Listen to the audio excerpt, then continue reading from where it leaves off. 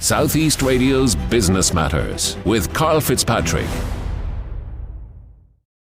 I'm now joined by a resident economist, Marc Coleman. Marc, with inflation rates falling across the Eurozone, when can we expect to see interest rate cuts? Karl, I know radio is an audio medium and people cannot see me, and that's probably a good thing because unlike your good-looking self, I have a face for radio. But I would like your listeners to imagine me as a large man with a white beard and a red Santa Claus costume, because unless I'm very, very much mistaken, I'm able to bring good news very early before Christmas. As I said a couple of weeks ago when we were talking about the topic of interest rates, I predicted that rates were very close to peak, and I gave an analysis along the following lines.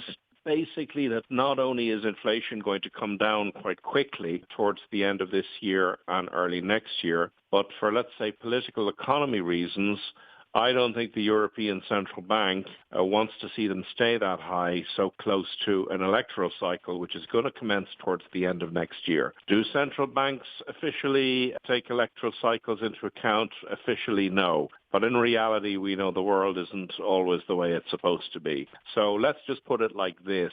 One of the advantages of the ECB killing us all with very, very steep interest rate rises in the last 18 months or so is that now inflation is coming down. They have created a precedent for an equally rapid reduction in rates.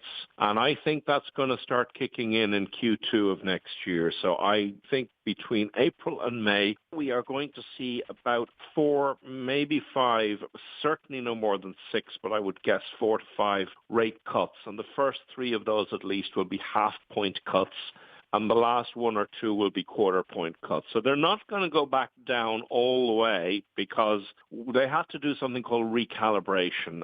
Interest rates were too low for too long. They're never going back down to zero, and they should never have stayed there so long. But I think they could go back down to somewhere between 1.5% and 2%, which will bring major relief to everybody. So that's my good news and my early Christmas cheer to your listeners. And I would expect those rates, as I say, to kick in about Q2. Inflation isn't coming down as fast as we would like. And by the way, I have to take issue with a former colleague of mine and namesake, Shane Coleman, who said the cost of living crisis is over. It is definitely not over. We have the highest living costs across many areas in Europe: housing, cost of a car, cost of insurance, cost of electricity. We have a very severe cost of living crisis in this country and will continue to have for many, many years.